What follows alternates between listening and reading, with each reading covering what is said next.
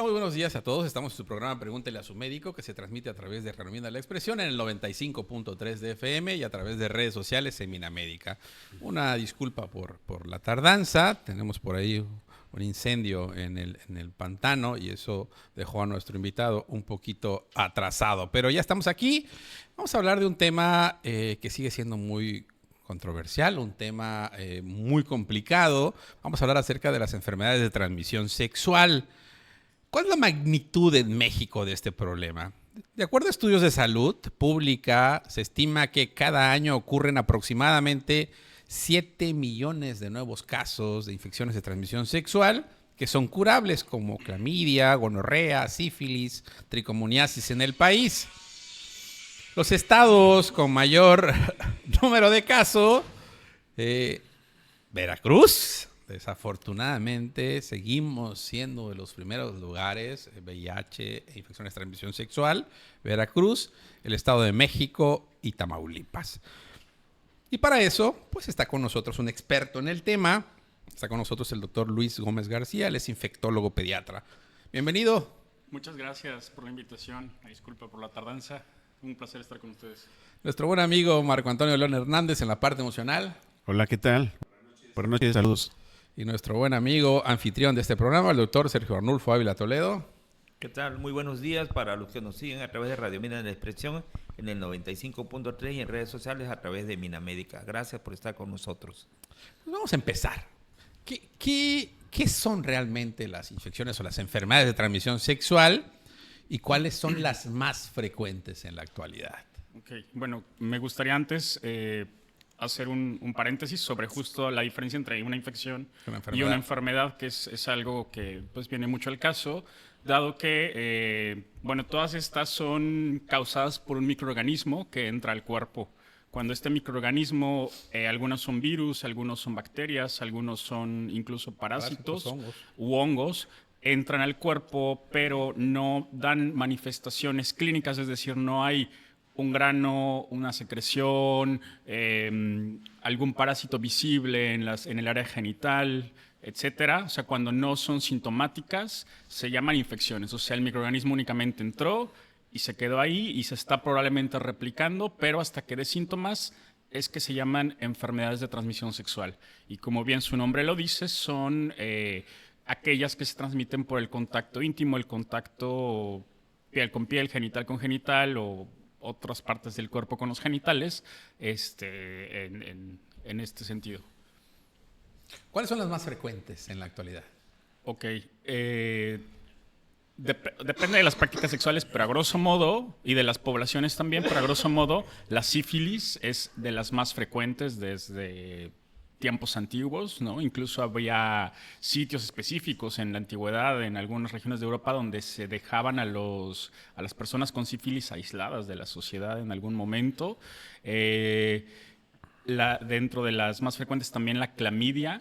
Desafortunadamente la clamidia es un microorganismo, es una bacteria intracelular que necesita pruebas especiales para poder ser detectada. Entonces no se detecta con tanta frecuencia, pero sí es de las que más complicaciones da a nivel del tracto genital, sobre todo femenino. Tenemos también el VIH, que es de las más habituales. Serían así como el top 3, podrían ser esas 3. Hablando de esto, de que no dan síntomas, es cierto que muchas enfermedades de transmisión sexual o antes llamadas enfermedades venéreas pueden no presentar síntomas o molestias, en pocas palabras, durante mucho tiempo. Sí. De hecho, es una de las grandes razones por las que su diagnóstico no siempre se hace de forma oportuna, porque muchas permanecen silentes. La que más permanece silente o la que más tiempo está ahí replicándose sin dar manifestaciones es el VIH, por ejemplo, que pueden ser hasta 10 años de un periodo asintomático, ¿no? Donde solamente está la infección, pero no la enfermedad, que sería ya propiamente el SIDA. La sífilis también tiene un periodo de incubación muy largo, de hasta 21 días, y puede tener síntomas tan incipientes, es decir, tan poco visibles, que puede ir avanzando en sus múltiples etapas, latente temprana, latente tardía, hasta llegar a su última consecuencia, que es la sífilis terciaria. Entonces, sí hay varias que tienen estos periodos pues bastante prolongados. Hay uno muy común, el virus del papiloma humano o VPH. ¿Hasta qué tiempo de duración puede tener ese periodo de incubación? El periodo de incubación, honestamente, no lo tengo ahorita en mente, pero algo importante con el VPH es la parte de las recidivas. O sea, una vez que el virus entra al cuerpo, en el caso, sobre todo el de las mujeres, ¿no?, que afecta más al cérvix, o sea, la parte interna de los genitales, donde empieza el útero, la entrada del útero, vamos a llamarlo así. Lo que ocurre es que se queda ahí latente y empieza a hacer modificaciones que obviamente no son visibles a nivel macro. Entonces, por eso se recomienda que las mujeres que inician vida sexual estén haciéndose un Papá Nicolau y una colposcopía al menos de forma anual, para estar pudiendo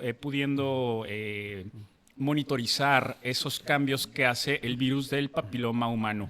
Son cambios que además progresan y muestran una regresión. O sea, van avanzando y después pueden regresar de acuerdo a los niveles hormonales, a las situaciones como el embarazo, y pueden mejorar, digamos, esta severidad de las lesiones que causan, porque son lesiones que pueden llegar a generar cáncer. Eso es algo importante de este virus. ¿De acuerdo? Entonces, ese virus que la mayor parte de las personas con actividad sexual activa hemos tenido contacto, es importantísimo que se monitoree de por vida, bueno, desde que la mujer se inicia su vida sexual hasta que ya está en una etapa, pues digamos, de menos riesgo, que es ya entrada la edad adulta mayor. Una de las cosas que es controversial y yo creo que es un mito importante a derribar, es la parte de conductas o situaciones que aumentan más el riesgo. Por tradición se dice que las únicas personas que se infectan, se enferman, son solo las personas promiscuas. Y es entonces cuando dices, caray, porque las amas de casa tienen enfermedades de transmisión sexual, ¿no? Claro. Entonces, ¿cuáles son estas prácticas? ¿Es realidad que solo la gente promiscua tiene este tipo de enfermedades? Ok, es una muy buena pregunta, porque primero, pues sí, sería importante acotar qué es promiscuidad, ¿no? La definición clásica nos dice que 2 o más parejas sexuales ya es promiscuidad. Entonces, en ese sentido, pues el 98% de la población en México probablemente seamos promiscuos, ¿no? En ese sentido estricto. Entonces, bueno, más que cuántas parejas sexuales, es el tipo de riesgo que se tiene en relación a: se establece un contacto sexual y noto una verruga, noto un olor, una secreción, una llaga, una vesícula, y sigo con el contacto. Ahí está el riesgo. O sea, en el poder, si es posible, ver macroscópicamente esta parte y no hacer una pausa. 1.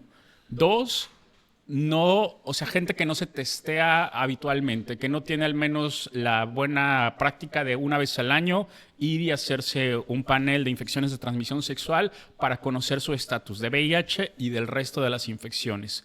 Esa es, digamos, la gente pues de riesgo. La gente que no se ve en riesgo es la que más riesgo tiene. No sé si me explico. Es un juego de palabras ahí medio raro, pero es cierto. O sea, la gente que no se percibe a sí misma, porque justo lo que dice el doctor, se asocia más bien o se da una connotación ética y moral a las infecciones, en lugar de ser muy objetivos con la forma de transmisión, que es genital infectado con genital sano, o región perianal con genitales, o boca con genitales, o sea, cualquier combinación, siempre y cuando uno esté enfermo y el otro no, y el riesgo no se mida o no se esté teniendo a la vista o teniendo la precaución de hacer un testeo antes, eso es un riesgo. Así de fácil, independientemente de a qué se dedica, qué consume o qué no, qué orientación sexual tiene, todo eso no importa, la infección se va a dar. justo platicábamos el programa pasado de personas de la tercera edad y el uso de prostitución, ¿no? En ese sentido, Marcos, me gustaría... ¿por qué para la mayoría de la población es más fácil estigmatizar que quien tiene una enfermedad de transmisión sexual es porque, digo, hay muchas palabras para expresarla coloquiales, ¿no? Es una persona que es mujeriego, es hombreriega, anda con todo el mundo, es una prostituta, es un prostituto, ¿no? Digo, en otras palabras, ¿no? O es homosexual, ¿no? O sea, encasillamos a las personas que tienen una enfermedad de transmisión sexual. Y prácticamente si alguien viene y te dice, tengo VIH, tengo sífilis, es un trabajador sexual, es un homosexual. ¿Por qué es más fácil encasillar a las personas estigmatizarlas? Pues, ¿por qué es más fácil hacer eso que una realidad como platicaba el doctor? Sí, yo creo que todo parte de aquí de la ignorancia, ¿no? Normalmente empezamos a hablar de un tema sin tener realmente la información adecuada. Por ejemplo, muchas veces la parte de etiquetar a una persona, y no nada más en la parte de las transmisiones sexuales, pasa en todas las situaciones de comportamiento. Hoy en día también es muy fácil, por ejemplo, etiquetar a una persona con un trastorno o un déficit sin realmente tener un proceso para poder hacerlo. Pasa mucho, por ejemplo, con la parte académica, en la parte de las escuelas, que etiquetan a los niños, en este caso, y sobre eso, pero no hay un diagnóstico que pueda ser fiable en ese sentido. Ven que el niño corre, brinca, salta y ya le ponen una etiqueta. En la parte de las transmisiones sexuales es lo mismo. Yo creo que aquí la parte es muy importante esto que comparte Luis, porque a final de cuentas el riesgo es de todos, no precisamente de cierto grupo.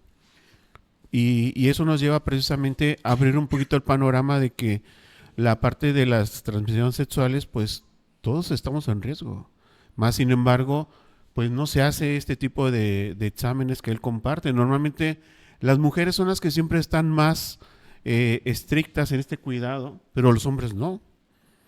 Creemos que no es necesario. Entonces desde ahí, el que nos pongamos en riesgo, creo que forma parte de nuestra propia ignorancia para crear una parte de juicio y de crítica ante situaciones que ignoramos. Normalmente se da de esa manera.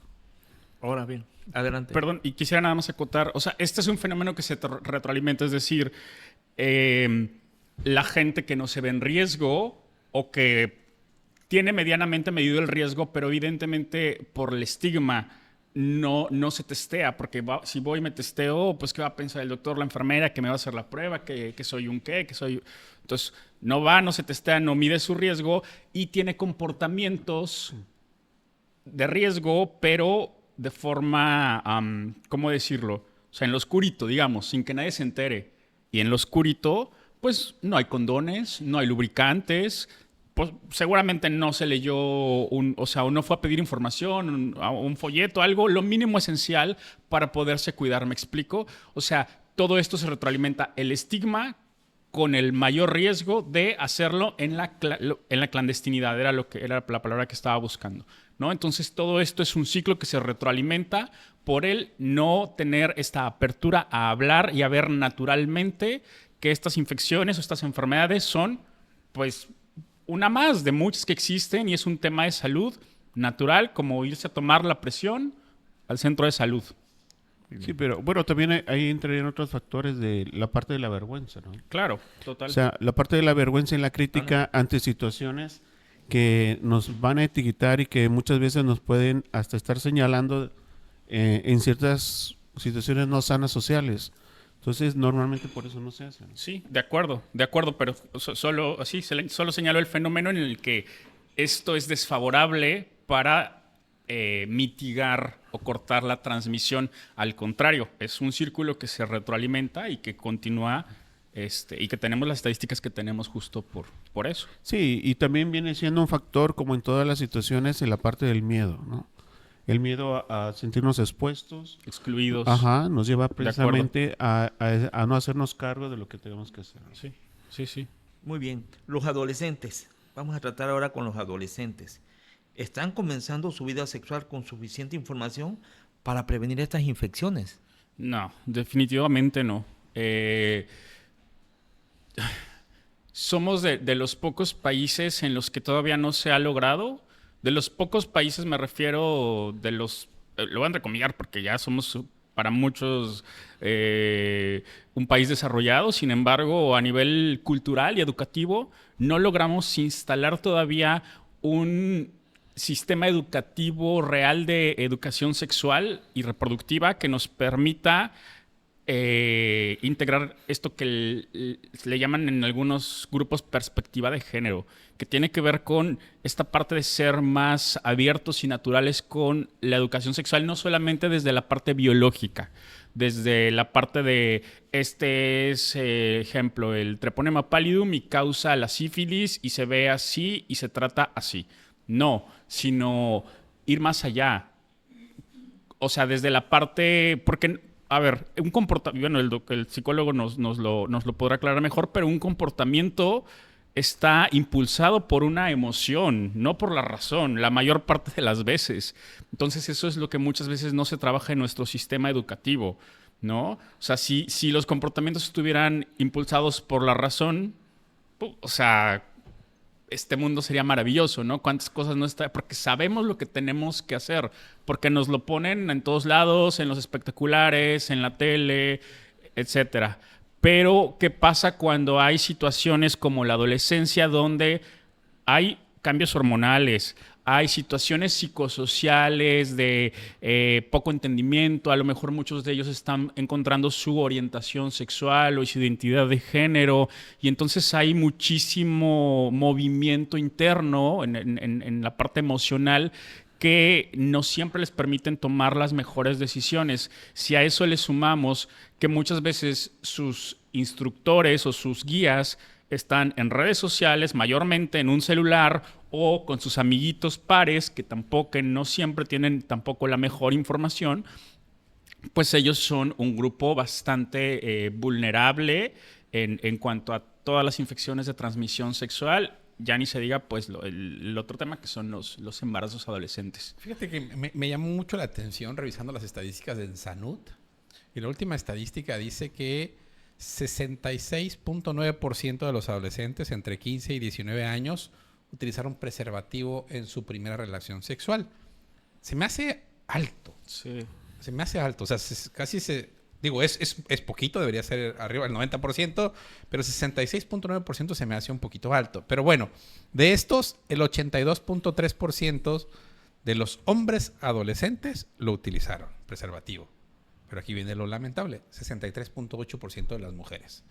Es decir, obligamos a las mujeres a no utilizar preservativo. O sea, el hombre generalmente tiende a tener cierta presión sobre la mujer y en su primera relación sexual, más las mujeres son convencidas de no utilizar preservativo, ¿no?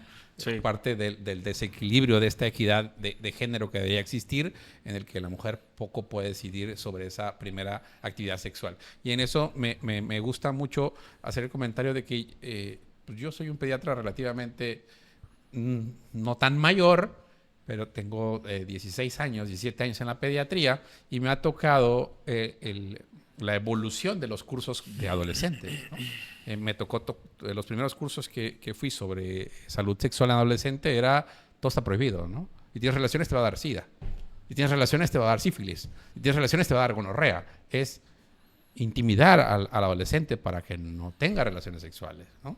Y los últimos cursos que me han tocado es todo lo contrario, enseñarle al adolescente cómo puede disfrutar de su cuerpo, ¿no? De manera consciente, desde masturbación en pareja, para tratar de disminuir los contactos sexuales prematuros, ¿no? Y cuáles son tu gama de métodos de planificación familiar de acuerdo a lo que tú necesites y lo que tú quieras. Y no solo eso, sino se extiende a muchos juegos de orientación sexual y la verdad que las estadísticas de los países primermundistas que enseñan esto en su educación han disminuido o han retrasado el inicio de la vida sexual activa y por supuesto las estadísticas de embarazo adolescente son mínimas, ¿no? Sí, yo creo que esa parte es medular, pero desafortunadamente desde la parte de la educación y la crianza, cuando de repente lo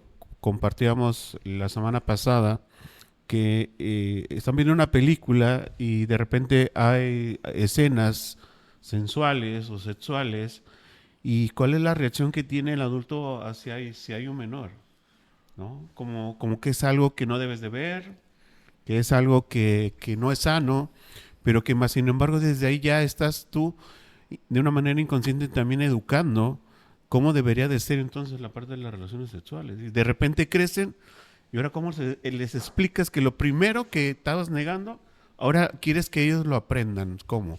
Hablar de la masturbación, ese es otro tema. No, es pecado mortal. Sí, y no nada más en la adolescencia, incluso en las relaciones de pareja ya adultos, cuando no tienes una pareja, es muy sano que la persona utilice la parte de la masturbación, pero es un tema que cuesta tanto trabajo a veces en los consultorios tocar, porque normalmente se malinterpreta el empezar a tocar la parte de la sexualidad.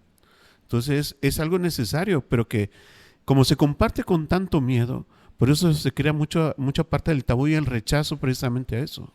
Que en el transcurso de la semana veía yo un video sobre la masturbación y justo decía que hay un periodo, tiene un nombre, después de la eyaculación, después de masturbarte, hay un periodo donde tu cerebro está razonando en su máxima potencia.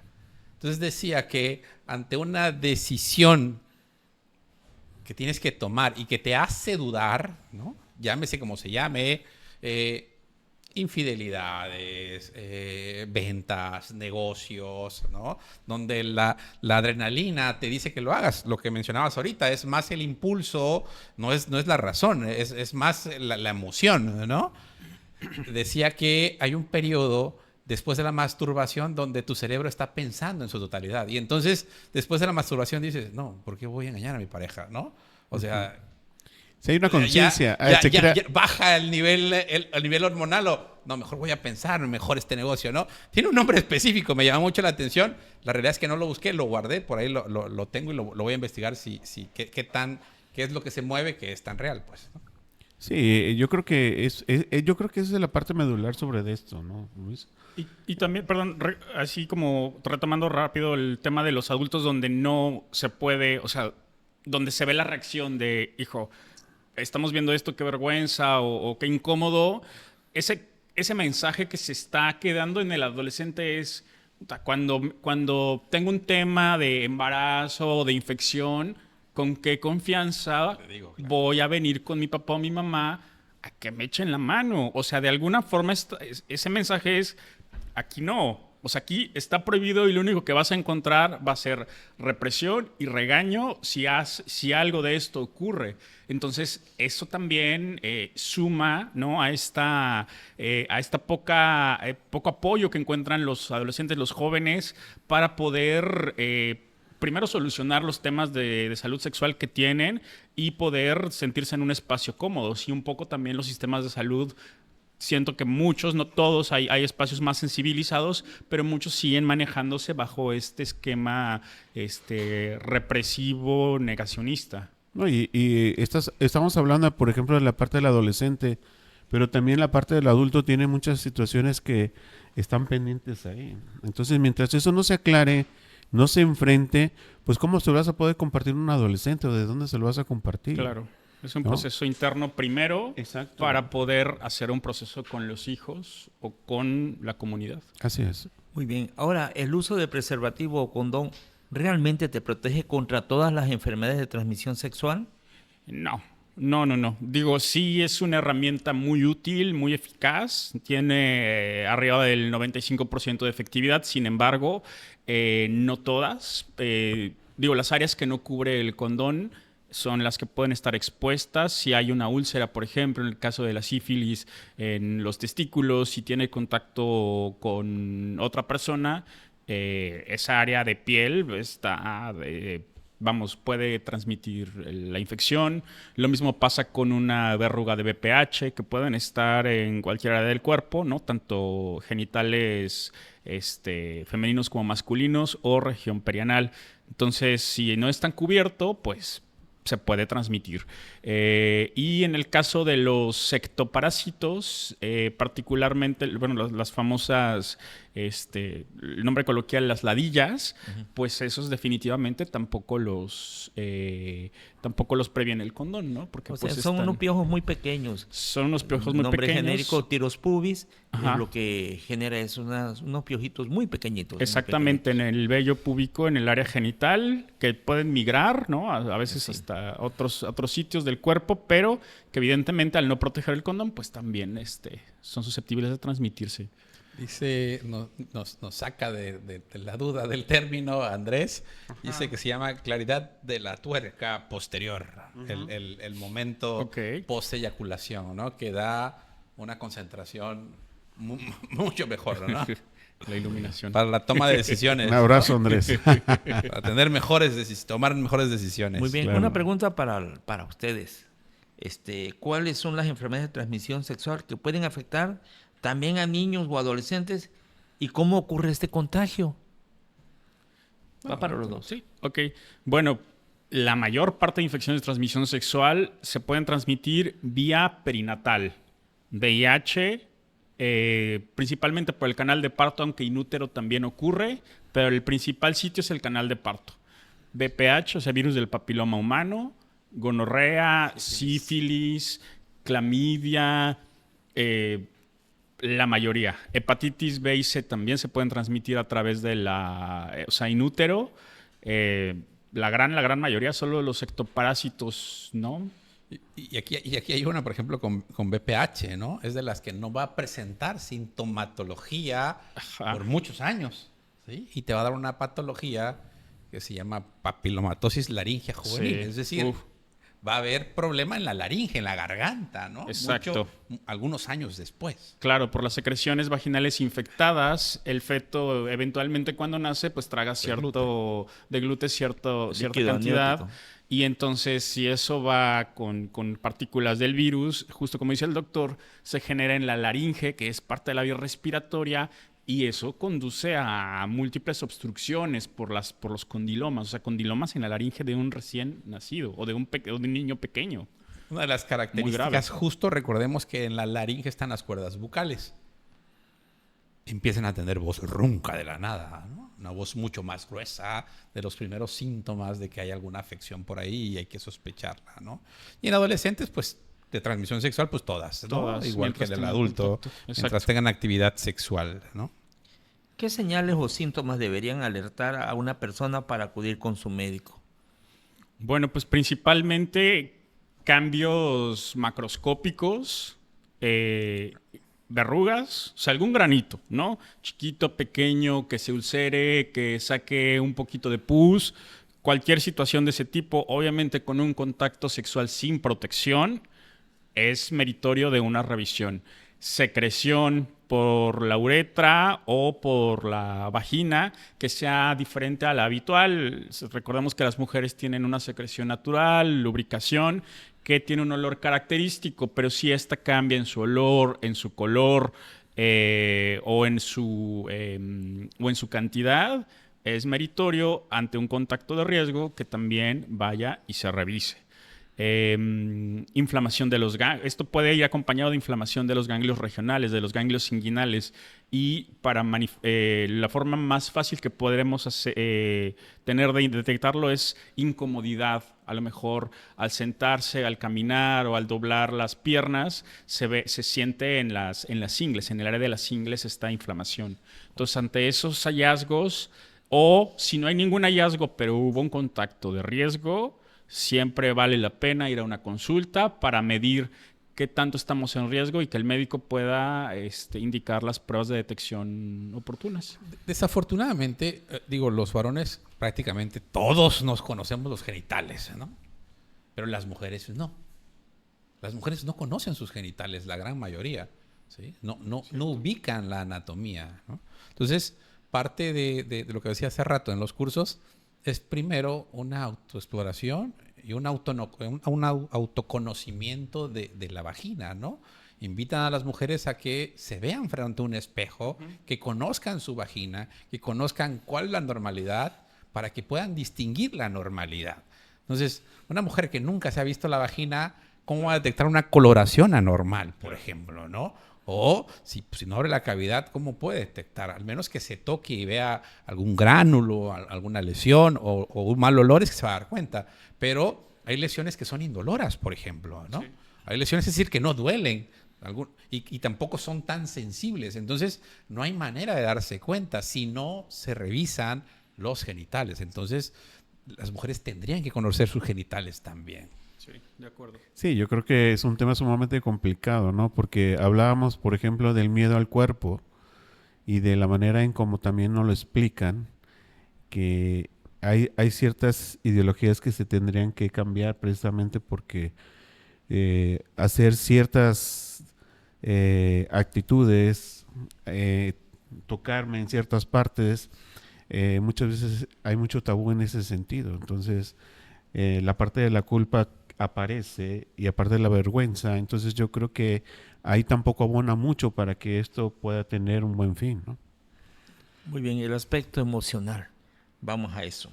¿Qué impacto psicológico puede tener recibir el diagnóstico de una enfermedad de transmisión sexual? Sí, el impacto es fuerte. Primeramente la parte del miedo. Esto puede desarrollar mucho estrés también y esto puede desencadenar también situaciones de crisis de ansiedad y así como depresión. También muchas veces, por ejemplo, cuando son las enfermedades crónicas, que es donde la parte del miedo es sumamente alta, aquí también puede haber situaciones de incluso de pensamientos suicidas, hablando por ejemplo del VIH. Sí. Y desde ahí la mente pues crea a veces situaciones increíbles y mucha gente piensa mucho en eso, ¿no? Entonces el impacto es muy fuerte. Sí, y obviamente depende de mucho de la enfermedad, ¿no? Lo hemos platicado en programas que hemos tenido de VIH, creo que es el estigma mucho más grande, la desinformación, como hemos dicho infinidad de veces, ¿no? El paciente con VIH en la actualidad con los tratamientos modernos puede hacer su vida totalmente normal, totalmente abismal, pero todavía seguimos pensando en que no puedo ni compartir la cuchara o no puedo abrazar al paciente con VIH, ¿no? Digo, la ignorancia es tan grande y eso genera obviamente que el paciente pues tenga mayor estrés, mayor ansiedad, mayor dificultad para sobrellevar esto. Sí, sobre todo el miedo al rechazo, al juicio, a la etiqueta, no abona mucho precisamente para que pues esto se pueda enfrentar de una manera sana. Hoy en día hay incluso enfermedades que son metabólicas que tienen mayores decesos que la parte del VIH. Claro. Entonces yo creo que ahí es parte también de una ignorancia, ¿no, doctor?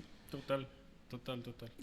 ¿Por qué a muchas personas, decía yo hace ratito, o sea, las mujeres se protegen menos que los hombres, obviamente por esta presión que genera el varón? ¿Por qué nos cuesta trabajo pedirle a alguien que se ponga el preservativo? ¿Por qué cuesta tanto trabajo decirle o preguntarle antes de intentar tener una relación sexual si ya sé que voy a tener relación sexual? Hablando de adolescentes, tengo a mi novia y ya decidí que voy a tener actividad sexual, ya hasta tenemos la fecha probable, ¿sí? ¿Por qué no pedir, oye, has tenido actividad sexual? ¿Por qué no vamos y te tomas una prueba para verificar que todo esté bien, un testeo, ¿no? O sí, pero sabes utilizar preservativo, hay que utilizar preservativo. ¿Por qué se tiene esta idea de que si una mujer te dice que utilices un preservativo o te lleva un preservativo, viene a la mente que es una mujer que obviamente conoce del mundo sexual y es una mujer que pues va a tener un estigma? ¿Por qué cuesta tanto trabajo esto?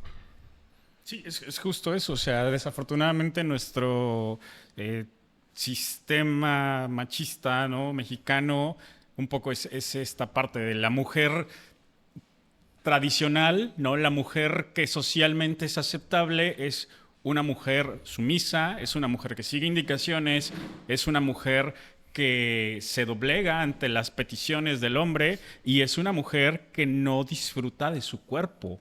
que no tiene derecho de disfrutar de su cuerpo. En la mayor parte, lo voy a generalizar, pues ¿cómo se llama esto? En el imaginario colectivo masculino mexicano. Así es. Y eso es muy desafortunado, ¿no? O sea, porque una mujer empoderada, una mujer que sabe, que conoce, que sabe dónde le gusta que la toquen, es una mujer que da miedo, es una mujer que impone, es una mujer que reta. Y a los hombres no les gusta ser retados. Entonces, un poco es eso. Y es una mujer rechazada, es una mujer que se la van a pensar 2 veces para ofrecerle un encuentro sexual. Van a decir, no, me va a dar la vuelta, mejor con permiso, ¿no? Y sí, es que es así, intimida. Sí, yo creo que hablando de la parte de las actitudes y el comportamiento, muchas veces pues no sabemos en qué momento podemos enseñarle a nuestras hijas en la parte de poner límites, ¿sí? Y como no hay una parte clara en qué momento los tenemos que hacer, pues precisamente esa parte no se le pone tanta importancia, pero normalmente cuando empieza la parte de la adolescencia es necesario empezar ya a remarcar cómo se puede poner un límite. Lo que tú decidas que no es sano para ti, tienes el derecho de decir que no, ¿sí? Y tienes los argumentos como para no dejarte influenciar en estas situaciones. Desafortunadamente esto empieza a crear ciertas problemáticas más en la parte de los padres, ¿no? Porque normalmente el adolescente siempre le va a poner límites, pero primero a los padres, y a los padres no nos gusta que nos pongan límites. Entonces ahí viene una situación que es muy controversial porque queremos que sean personas que se respetan y que sepan poner sus límites, pero no conmigo, o sea, afuera, ¿no?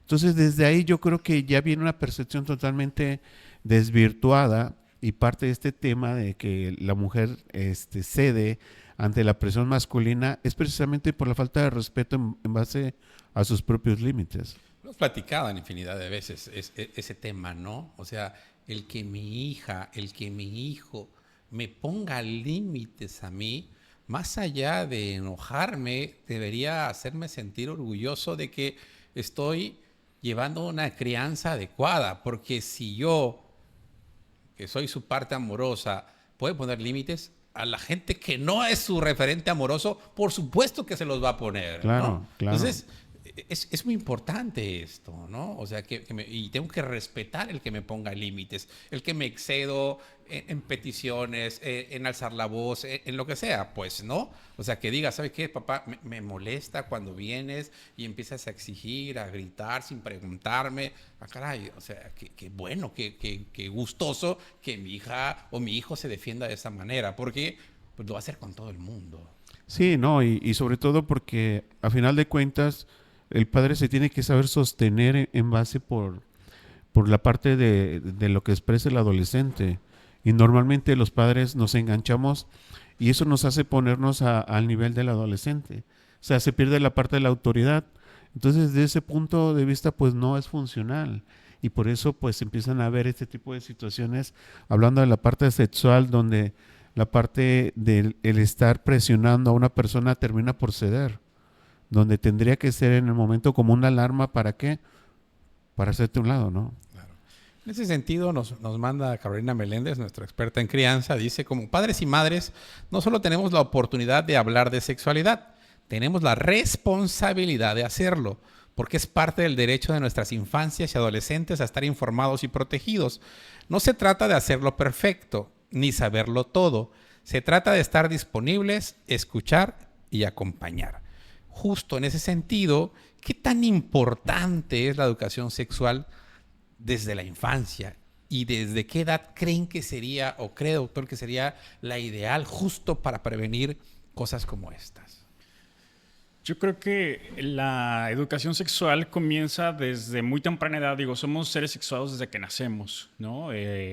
Digo, si bien no le damos esa connotación, los genitales están ahí, tienen sensaciones, ¿no? Los bebés, en el caso de los varones, por ejemplo, podemos ver al cambio del pañal a veces erecciones, no en este contexto sexual, pero sí, pues, el roce del pañal le produce una sensación placentera y responde el cuerpo. Entonces, desde muy pequeños, con el cuidado de su cuerpo, con el conocimiento de su cuerpo y con la naturalidad que eso involucra, podemos empezar la educación sexual. O sea, no tenemos que irnos directo a hablar del coito para que sea educación sexual, sino lo natural que es la desnudez y lo natural que es también el pudor en ciertos contextos, donde sí, donde no, con quién sí, con quién no, con quién tengo que reportar cuando me siento incómodo o incómoda, cuando me tocan, eso es también educación sexual. Entonces, desde esa temprana edad, 2, 3 añitos, 4 añitos, podemos empezar con esta educación sexual y conforme la cognición y la comprensión de los niños vaya evolucionando, también vamos haciendo un poco más complejo el abordaje. Se da hasta donde se pregunta, en el caso de los niños pequeños, ¿qué dudas tienes? Ok, vamos a hablar. Y se va, digo, el doctor nos podrá dar más luz, pero un poco es eso, ¿no? Hasta donde quieran saber. Y si hay un momento, ya entrado la adolescencia, pues donde se tiene esa famosa plática incómoda, ¿no? Para muchos incómoda, que no debería, ¿no? Donde, pues, idealmente se les da su kit de protección, se les enseña ya bien el uso de preservativos y sobre todo esta parte de la educación, o sea, esto va acompañado de una parte de educación emocional y de comunicación fundamental, ¿no? Porque una relación sexual al final del día es una conexión que se establece entre dos personas y es idealmente, o sea, es un acto de placer, pero también es un acto de amor, ¿no? Se involucran dos personas y es, insisto, una conexión que involucra ambos polos de esta conexión. Entonces, en ese sentido, lo ideal es que las relaciones sexuales de nuestros hijos o de nosotros sean mayormente con estos elementos. Un saludote a la doctora Arlene Contreras. Me acuerdo mucho que ella platica cuando estaba estudiando adolescentología, que llegó un maestro o maestra, no recuerdo bien, y les hizo una pregunta a todos, ¿no? A todos los alumnos de adolescentología. La adolescentología es la rama que estudia a los adolescentes, es parte de la pediatría. Y les preguntaba, doctor, ¿dónde quiere usted que su hija tenga su primera relación sexual? Doctora, ¿dónde quiere que su hija tenga la primera relación sexual? Doctor, ¿dónde quiere que...? A todos, ¿no? Y todos, no, pues yo no quiero que mi hija tenga una relación sexual. Pero la va a tener. Claro. ¿Dónde quiere que la tenga? ¿Detrás de un auto? ¿En una calle oscura? ¿En un terreno baldío? ¿En un motel de 150 pesos? ¿En un motel sucio? ¿En un hotel de paso? ¿Detrás de algún lugar? ¿En una zona de riesgo? ¿O en su recámara, por ejemplo? ¿Qué prefiere, doctor? ¿En un motel o en su recámara? Pues tu recámara, ¿no? Sería el lugar más seguro, es tu casa, pero bueno, obviamente, qué complicado es para ese papá que justo viene a la consulta y le explicas que su bebecita de 3 años se está masturbando, que es algo muy normal, que no está sexualizado, que no hay morbo, simplemente está experimentando placer, no sabe por qué, siente bonito y lo hace, ¿no? O sea, cómo se le revieran los ojos, sobre todo al papá, ¿no? De que cómo puede ser posible, ¿no, doctor? Eso no es, ¿cómo cree? O sea, ¿cómo cambias esa mentalidad? ¿Cómo puedes decirle al papá que su princesa va a tener actividad sexual? Porque, ojo, que el varón tenga relación sexual, pues sigue siendo bien visto. El problema es que sea mujer, ¿no? Porque las mujeres no deben tener relación sexual, justo lo que hablabas, esta parte oprimida que existe y que ha existido, esta parte del machismo que sigue predominando pues, en los papás, ¿no? O sea, ¿cómo cambiar ese chip y hacerle saber que esto va a pasar? Claro, yo creo que podemos volver a tocar los temas que hemos tocado anteriormente, donde la parte de la preparación como papás es fundamental, ¿no? Quizás a lo mejor a los que nos tocó etapas donde no había tanta información, donde no había tanta apertura para ciertos temas, que ya después fue creando esa apertura, pero hoy en día es muy sano que las personas que vayan a ser papás se preparen precisamente para ello. Y yo creo que parte de eso es parte de la educación sexual en los padres. Yo creo que eso es primordial, porque una pregunta como la que tú acabas de decir o repetir de la doctora, pues le rompe la cabeza a cualquiera que tenga una educación sexual sumamente reprimida, ¿no? Entonces, desde ahí, la mente es experta en crear escenarios y desafortunadamente crear los escenarios trágicos, no sanos, pues es muy experta, ¿no? Entonces ya tú estás imaginando otras cosas cuando en la realidad ni siquiera están sucediendo. Claro. ¿No? Sí, Entonces, hablar de la parte de la primera relación sexual, hablar del placer, hablar de las situaciones que, como dicen, no nada más es la parte de penetrar, sino que todo lo que conlleva antes de que suceda eso, o a lo mejor ni a veces ni que suceda, que también es parte de una sensación, que no necesariamente puede haber eso, ¿no? Entonces, abrir la parte del contexto, yo creo que ese es el tema, de que la parte de las caricias, la parte de las palabras, la parte del roce, la parte de la convivencia, que va más allá precisamente de todo esto que no, en algún momento dado, como no hubo esta orientación, pues se tomó la información donde se pudo, ¿no? Anteriormente me acuerdo que cuando ya querías que tener la parte de la experiencia sexual, pues ¿a dónde nos llevaban? Pues con prostitutas. Claro, o sea, entonces, la primera experiencia sexual de muchas generaciones atrás fue con una prostituta. O sea, exacto. Tus padres nunca te dijeron nada, Ajá, nunca te educaron y vámonos, ¿no? Ajá, y ya desde ahí muchas veces fue hasta situaciones traumáticas de que no sabes hacia dónde vas. Y tampoco la persona que está del otro lado tampoco tiene la capacidad como de empezar a como explicarte, claro, te voy a llevar cosas, dentro, ¿no? cosas que tenían que explicar los padres, ¿no? Que tenías que ahí te lo dejabas a la prostituta, y la prostituta, ¿qué es lo que hacía? Pues lo que sabía hacer en ese momento, Rápido, ¿no? muchacho. Ajá, ya, y ya se acabó el tiempo, ¿no? Entonces, creo que esto es un tema que verdaderamente necesita de la atención, de la preparación, pero sobre todo de la propia experiencia de los propios padres. Porque muchas veces nos vemos reflejados cuando los hijos crecen en estos temas, que si yo tengo este tema conmigo todavía no resuelto, pues obviamente esto va a surgir cuando a mi hijo le toque, ¿no? Claro. Entonces mis propias situaciones, mis propios miedos, mis propias frustraciones, mis propios tabús, se van a encender en el momento en que yo necesite enfrentar esto, ¿no? ¿Las enfermedades de transmisión sexual tienen curas o hay algunas que me las voy a llevar toda la vida? La mayor parte sí, salvo el VIH, que se controla muy bien, pero no tiene una cura propiamente, y la hepatitis B, que tiene un tratamiento, pero no es efectivo en todos los casos. BPH.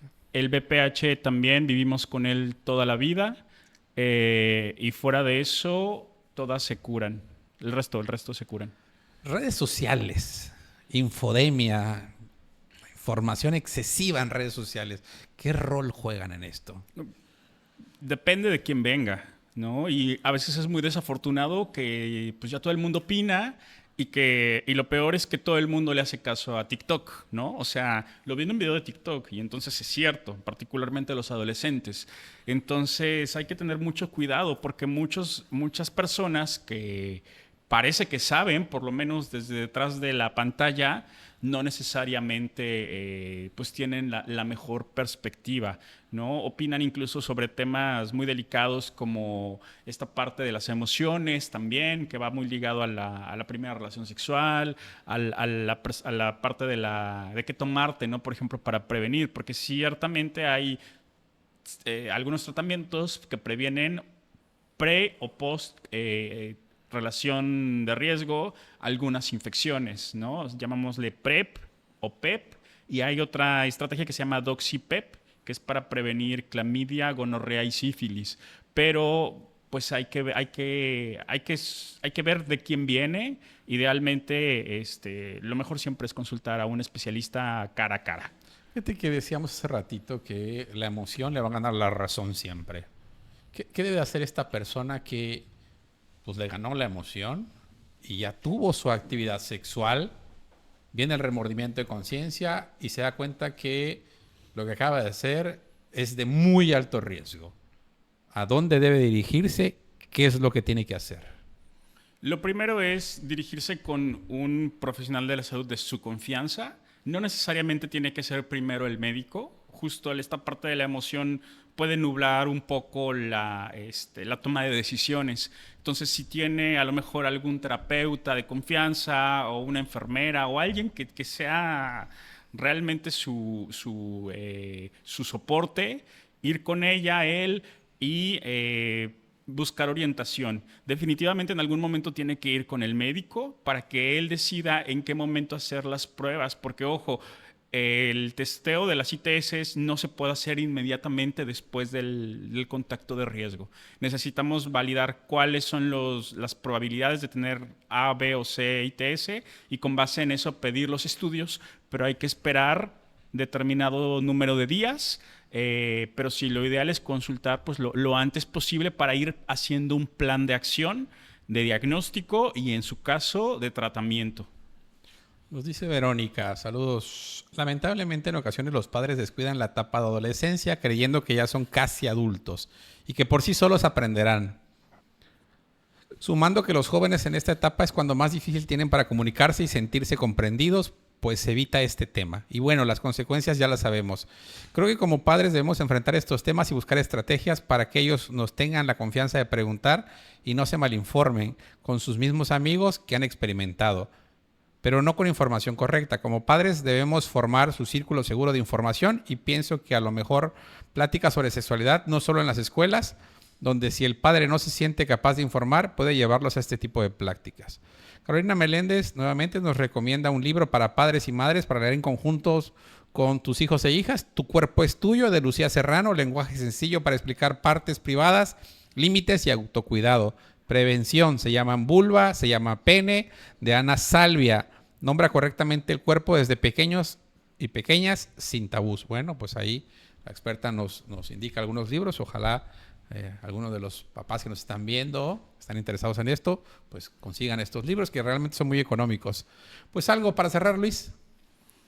Pues retomando a lo mejor esta parte de la crianza, creo que es importante esta parte que menciona el psicólogo de criar o sanar como esta parte esta parte propia a través de los hijos, ¿no? Llevar un proceso y eso, o sea, educar y criar desde el amor en estas áreas nos da oportunidad también, pienso yo, de sanar muchas cosas que traemos ahí como padres. Entonces, creo que eso sería importante también, llevar un proceso propio ya cuando nos acerquemos a esta etapa de nuestros hijos y pues lo más importante, pensar con ellos desde el amor. Sí, yo creo que el acompañamiento de los padres es fundamental. Incluso si los padres no se sienten con la capacidad de tocar estos temas, pues precisamente ir a una consulta, acudir con un terapeuta y abrir estos temas en terapia, porque yo creo que a veces sí es sano que con otras palabras empecemos a educar a nuestros hijos, donde no se sientan ellos ni juzgados ni criticados, y yo creo que la parte de la terapia es una buena opción. Pues muchísimas gracias a todos los que nos están viendo y a los que nos van a escuchar en radio. Agradecemos mucho que compartan esta información para que llegue a muchísima más población.